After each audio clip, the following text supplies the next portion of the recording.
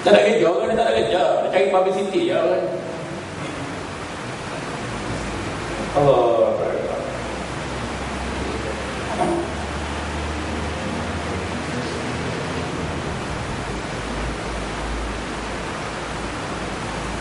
Dan kejahatan ulama yang jahat itu supaya menjauhi orang itu daripada berguru kepada orang yang demikian itu.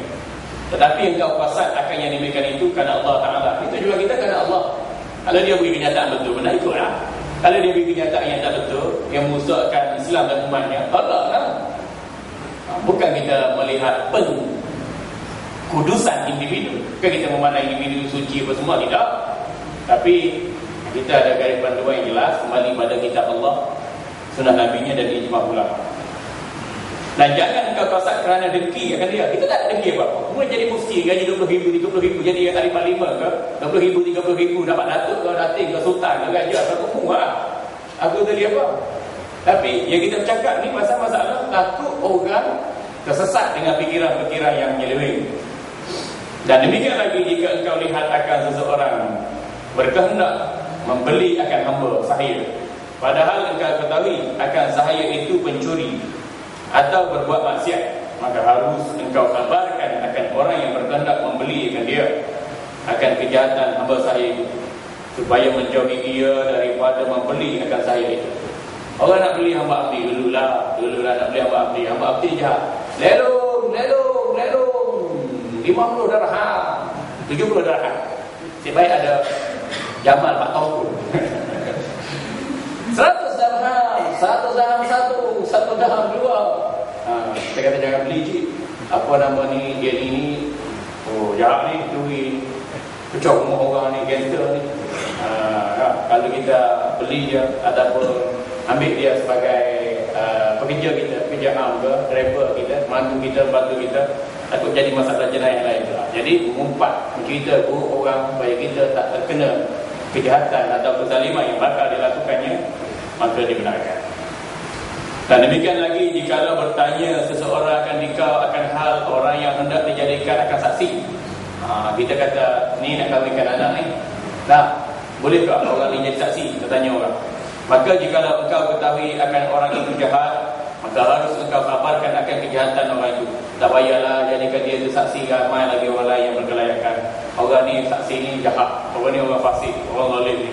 Itu contoh kita beritahu begitu dalam keadaan dibenarkan oleh syarak, supaya penyaksian itu tidak menjadi rosak. Dan demikian lagi jika orang yang berkehendak kepada isteri, orang nak kahwin, maka bertanya ia akan nikah akan perempuan yang hendak diperbuatnya isteri itu, padahal ia jahat perbuatannya, maka harus engkau kabarkan akan kejahatan perempuan itu. Kita mari mengisi anak orang. Habis sudah mengisi itu, kita berkenan lah, sebab anak kita berkenan. Itu ya. Kita bapak sekarang ni berkenan ikut anak berkenan, mari mengisi tiga nak jadi ya. Bukan tanya orang depan belakang, kiri kanan, teman sepergaulan, bakal isteri anak kita. Kita sepatutnya tanya dulu macam mana ni sembahyang ke, tutup aurat ke, pergaulan dia ke, perkataan dia ke. Patutnya kita nak berkenal, kita pun kenal kira-kira jadi ya. Patut kita boleh tanya orang, budak ni elok tak, bagus tak perangai dia, pakaian dia, pergaulan dia, makan minum dia, balik malam, balik petang ke apa semua. Itu dia. Dan boleh kita cerita buruk dia, buruk budak tu bakal isteri pada anak kita tu. Okay? Dan demikian lagi jika seseorang berkehendak mempersuamikan akan anak perempuannya dengan seorang laki-laki yang jahat, maka harus engkau khabar kepada bapa perempuan itu akan kejahatan laki-laki itu dan barang sebagainya lah. Ada cerita orang nak bagi pindah anak kita, tengok budak lelaki ni keturunan mana, semayangnya, makannya, minumnya, perbuatannya, pakaiannya, ilmunya. Kalau kita tahu kejahatannya, tercinta tak menjadi kesalahan, bahkan diharuskan. Ini dalam kategori mengumpat yang diharuskan supaya orang lain tak terkena akan kejahatan seseorang. Seperti sabda Nabi sallallahu alaihi wasallam, "Uzkurul fajira bima fihi likai yahdharun nas." Sebutkan olehmu, ceritakan olehmu akan orang yang jahat, orang yang fajir. Fajir ini jahat. Yang ini orang yang fasik itu akan kejahatan yang ada di dalamnya itu, supaya menjauhi akan dia itu oleh manusia. Ceritalah kejahatan orang supaya orang lain tak terkena dengan kejahatannya. Itu maksud hadis Nabi sallallahu alaihi wasallam. Hadisnya diriwayatkan oleh Tabrani dan juga terdapat riwayat pada Ibn Hibban, dan ia merupakan hadis yang dhaif. Tapi cukup bagi kita untuk jadi hujah. Cukup bagi kita untuk jadi hujah kerana benda-benda begini sebagai orang panggil perlindungan, sebagai persiapan langkah awal sediakan payung belum hujan. Belum duk kahwin, belum duk kahwin, belum kita ada rapat baik hutang budi, maka kita sudah ada sedikit maklumat tentang zalimnya orang ni, jahat bahayanya, maka kita waspada. Mudah-mudahan kita boleh mengelakkan diri daripada kezaliman individu berkenaan. Baik, dibenarkan mengumpat yang kelima harus menyebutkan akan aib orang yang tiada diketahui akan dia. Boleh kita cerita buruk orang, aib orang, kecelaan orang, melainkan dengan disebutkan akan aibnya itu, seperti si fulan yang buta, atau si fulan yang tempang, atau barang sebagainya. Boleh kita cerita aib orang itu untuk dikenalkan orang kepada pihak yang lain. Kalau kita kata mamak, sini nama mamak, melambat je baru dengan mamak. Mamak mana? Mamak tempang. Mamak mana? Mamak 40. Pak dia suka nombor 40. Mamak mana? Mamak gantang.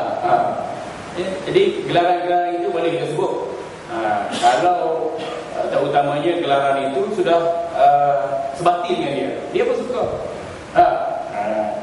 Keenam, harus menyebutkan akan kejahatan orang yang telah masyhur dengan fasidnya itu, seperti orang yang masyhur dengan zina, atau masyhur dengan berliwat, atau orang yang masyhur dengan meminum arak atau sebagainya. Orang yang sinonim dah dengan masyhur, dah glamour dah dengan kejahatan, kita sebut kejahatan dia lah. Ni yang kita katakan kaki judi ke, kaki perempuan ke, kaki buku ke, boleh kita sebut, tak ada masalah. Okay? Dan kata Imam Al-Hasan Al-Basri rahimahullah, Hasan Basri ini dia daripada tabi'in yang besar, sempat bertemu dengan Sayyidina Ali karamallahu wajhah, dan dia salah seorang daripada tokoh sufi yang agung. Salah satu la ghibata lahu, sahibul hawa wal fasiqul mu'allin bi fisqihi wal imam jair. Artinya, 3 golongan atau 3 orang tiada haram atas orang yang mengumpat bagi mereka itu. 3 golongan yang digunakan kita mengumpat mereka. Pertama, orang yang bid'ah, orang yang nak merusakkan agama Islam. Sebab bid'ah ni merusakkan agama Islam. Bid'ah ni bid'ah yang jahat lah. Maknanya dia cuba ubah rukun Islam, dia cuba ubah rukun iman, dengan mendakwa perbuatannya itu daripada Islam. Sebenarnya tidak pun, tak ada dalil, tak ada sandaran, tak ada hujah pun. Baik. Jadi orang yang buat bid'ah, buat benda yang karut-marut, syirik khurafat tu, maka boleh kita umpat dia supaya orang lain tidak terpengaruh dengan penyelewengan yang dilakukan. Kedua, orang yang boleh kita mengumpat juga ialah orang fasik, orang jahat yang menzahirkan akan maksiatnya itu. Sekira-kira jikalau dikata oleh orang akan kejahatannya, nescaya tiada ia benci akan yang demikian itu. Boleh kita cerita orang yang biasa bergaul dengan maksiat, biasa terlibat dengan maksiat, cerita lah. Ketiga, boleh kita umpat, tak salah untuk kita umpat raja yang zalim. Maka tiada haram atas seseorang menyebutkan akan pekerjaannya yang zalim itu. Kita cerita raja pun ada 2 juga, raja jahat, raja baik. Kita cerita macam Sultan Selangor bagus beri sokongan kepada Jais atas pemeriksaan yang dilakukan terhadap gereja Methodist di Shah Alam baru ini. Sekarang ni premi Kristian dia beroperasi di mana-mana bangunan di rumah kedai, dia tak daftar sebagai gereja, dia daftar sebagai pusat komuniti. Memang dia panggil orang kita pergi. Siapa-siapa tak ada duit, aku bagi duit. Siapa-siapa nak tina, aku bagi tina. Apa-apa nak minum, dia bagi minum free. Ini harap lah contohnya. Mari silakan. Tak, nak buta tu bagi buta, nak beasiswa tu bagi beasiswa, nak pinjaman ke, ataupun nak kasih masalah kesihatan, nak bantuan kebajikan, kursi roda ke, nak dialisis ke, nak apa, semua kita bagi. Dia daftar dengan nama pusat komuniti, tetapi peranan adalah berperanan sebagai gereja. Bila kita pergi suku, bila kita pergi tangkap, bila kita buat pemeriksaan, bawa isu kristianisasi ni pada peringkat undang-undang, dia kata, kami bukan mengkristianisasikan, kami beri bantuan, memberi khidmat hak asasi manusia. Dia orang yang datang, kami panggil pun, kami tak paksa, tapi dia orang datang. Lagipun kita ni orang Malaysia bro. Orang Malaysia, Hindu, Buddha, Kristian sama je, tak apa. Buka puasa kat gereja pun tak apa. Lagipun benarnya dia bukan gereja, kami letak je tanda Kristian tu, kami bukan gereja. Dia buat macam tu. Sebab tu tak letak dari sudut undang-undang. Tuan-tuan tengok kronologi kes, tuan-tuan tengok. Boleh dakwa dari mahkamah, lekat tak pendakwaan mahkamah? Kenapa Tuanku Sultan Selangor kemukakan kenyataan tegas begitu? Nak menggerungkan bapa Kristian, dari sudut undang-undang tak boleh ambil tindakan. Kita tengok apa yang berlaku. Bagaimana sistem perundangan kita nak atasi kemenung ini? Tak ada. Lah kali mufti beri peneguhan, kita memerlukan akta murtad. 54 tahun kita merdeka, baru sekarang mufti cakap kita perlukan akta murtad. Lagi tak lagi?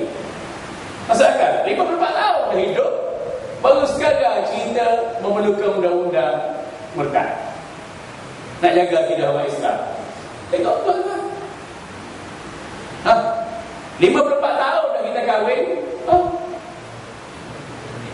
baru disyorkan undang-undang perkahwinan. 54 tahun dah kita bina negara, ada jalan raya, baru kita buat akta pengangkutan JPJ. Logik tak? Tak logik kan? Tak logik. Belum daripada ni, mufti pergi mana? Mufti pergi mana? Jadi mufti ke pergi sejuk? Ni panas ni, kita cakap ini panas. Tak ada ni yang kaki pukul. Memang kita pukul. Pukul orang jahil, pukul orang tak khidmat untuk agama. Belum daripada ni, pergi mana? Didik pandai Islam, pakai undang-undang Islam, pakai perlembagaan Islam, Jabatan Kehakiman Islam, Jabatan Agama Islam. Mufti-mufti kita pergi mana? Halo? Tak tahu pergi mana? Bagus sekarang, kelakar. Kalau bagus sekarang orang nak buat undang-undang akta pengangkutan jalan, apa nak pakai tepi gereja? Siapa nak berhenti bila polis buat sekatan jalan raya, trafik buat sekatan jalan, siapa nak berhenti? Kalau nak sama pun siapa nak bayar? Tak ada undang-undang. Dia kata, bayar rotek berapa? Ikut saya kerja saya beri. Bayar rotek berapa? Tengok, ada undang-undang cowboy tuan-tuan. Jadi bab akidah memang cowboy. Memang cowboy, ada undang-undang untuk nak mengawal umat Islam dari terjebak dengan gejala murtad. Lepas tu bila mufti cakap, cakap tak khabar je. Mana tindakan bersepadu? Agensi terbabit tak ada. Ada follow up, tak ada. Jadi murtad, bising. Penyelesaian tak ada. Bising buat apa? Ini sepatutnya lebih utama. Lepas tu malam kemarin, saya dijemput di Masjid Negeri untuk sentuh tentang memperkasa kita Ahlussunnah wal Jemaah. Saya sebut garis asas Ahlussunnah wal Jemaah. Lepas tu cerita sikit buat murtad. Cerita sikit lah. Tengok ni yang berlaku. Lepas mufti cakap tu perlu akta yang berkaitan dengan murtad. Harusnya ada peguam negara berdiaspora tak? Relax. Relax. Ada menteri agama berdiaspora tak? Relax. Jadi setakat tu je lah. Ada masalah, bising tanpa penyelesaian. Allah, sedih. Lepas tu bila berlaku isu murtad, contohnya mufti pegang kata lebih 250,000 telah murtad, mufti boleh kata oh apa tu meragukan. Bila ada orang nak buat undang-undang hudud, oh hudud tidak kondusif. Pokok ni bawa Dajar. Bila kita nak buat akta murtad, dia canggah. Bila kita nak buat akta hudud, oh dia canggah. Oh Islam ni mana orang ni munafik baruan. Kalau Sami bin itu cakap, okey lah.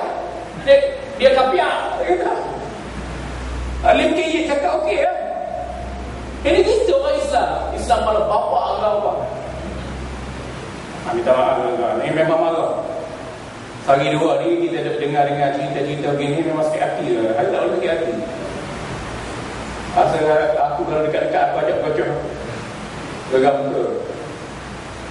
Bila kita nak buat undang-undang Islam, buat Islam sendiri yang menjadi penghalang, yang beri komentar yang meruntuhkan, bukan bersifat konstruktif, membina. Allah Rabbi la ilaha illallah. Kita minta Allah binasakan munafik-munafik Islam dalam negara kita ni, minta Allah binasakan mereka. Dalam khutbah-khutbah Jumaat, hari Jumaat kita sebut minta Allah binasakan golongan-golongan seperti ini, supaya dia tidak mengganggu kestabilan Islam, kesejahteraan Islam, dan supaya dia tidak menyebelahi golongan musuh Islam. Allahu Akbar.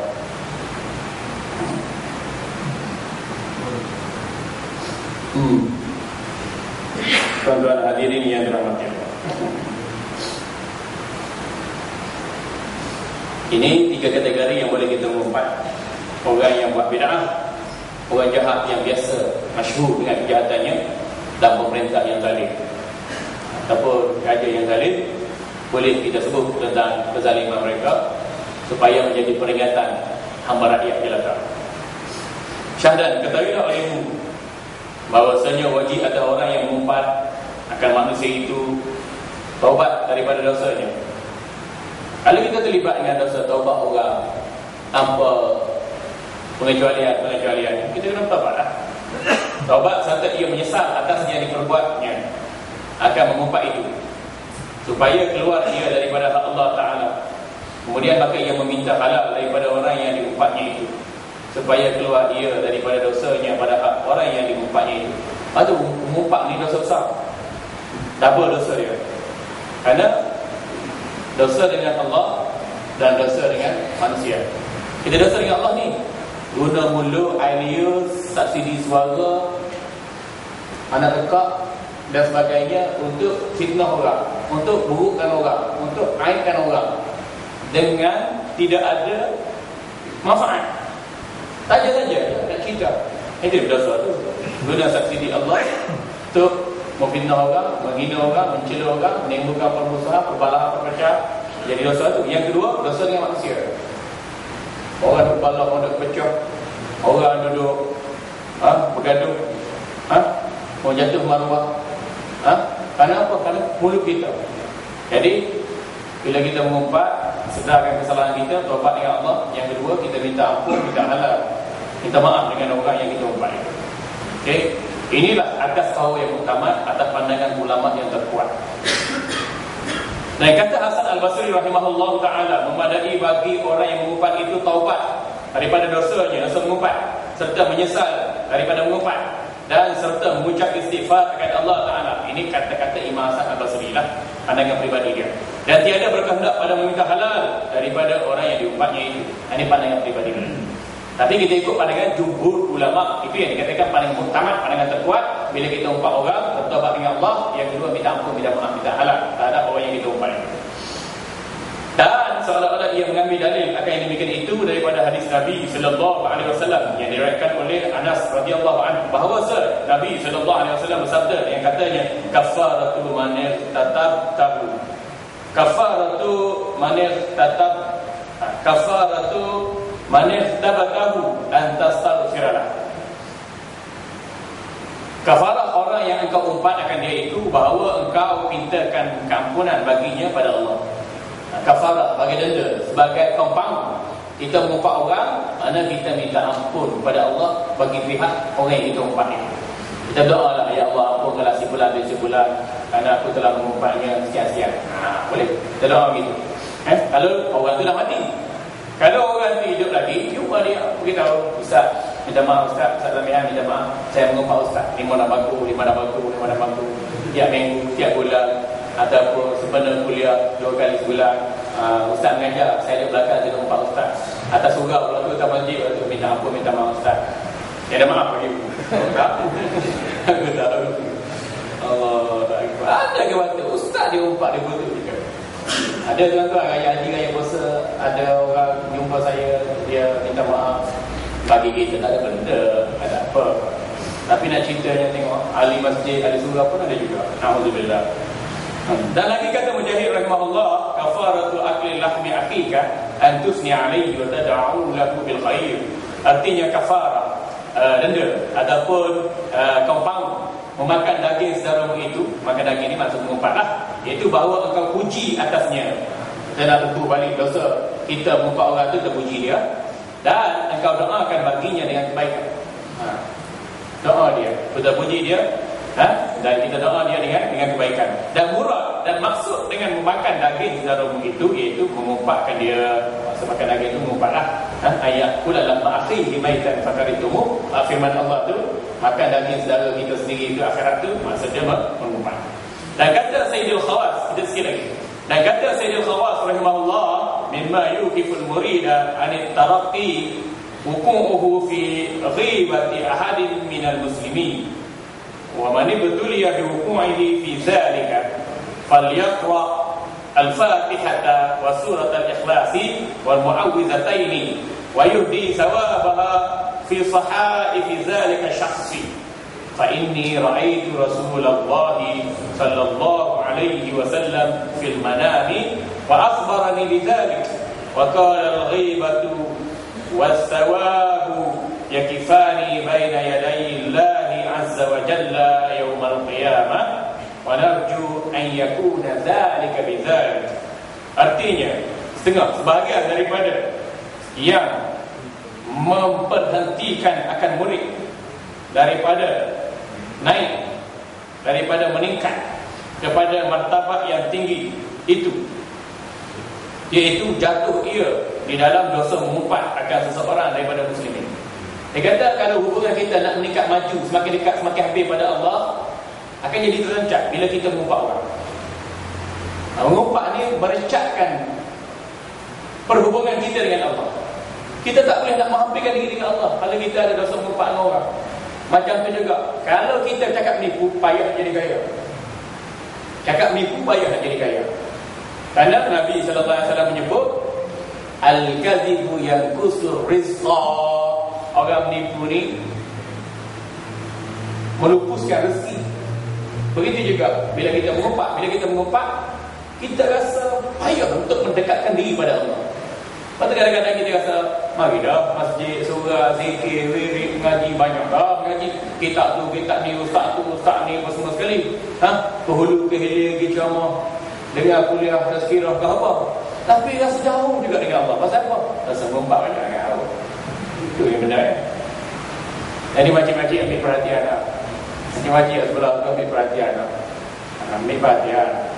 Bukan kata menunduk, ambil perhatian. Jadi kalau kita rasa ibadat tu tak manis, tak selesa, tak seronok, tak dekat dengan Allah, pasal apa tu? Pasal apa? Segumpat banyak sangat. Itu yang menjauhkan kita daripada Allah. Baik.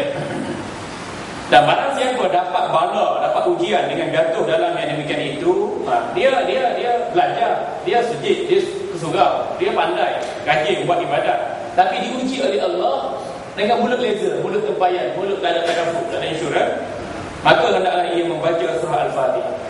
Banyak baca surah Al-Fatihah dan surah Al-Ikhlas dan Qul a'udzu birabbil falaq dan Qul a'udzu birabbin nas, dan menghadiahkan akan pahalanya itu akan orang yang diumpat itu, supaya sabit pahalanya, supaya dapat pahalanya itu di dalam suratan orang yang diumpat itu. Kalau rasa kita ni jauh dengan Allah, tak rasa mani, tak rasa selesa, bahagia dengan ibadat, maknanya ada dosa mengumpat yang menjadi penghalang pada kita nak mendekatkan diri kepada Allah. Jadi lepas-lepas sembahyang tu bacalah Fatihah, baca 3 kul ini, Kita baca nak bersihkan diri, dapat hidayah daripada Allah. Dan kita baca juga niat pahalanya itu Allah beri kepada orang yang pernah kita umpatkan dengan dia. Kalau dah kita tak sempat nak minta ampun, nak minta maaf dengan dia, ataupun orang yang kita umpat tu nak mati dah.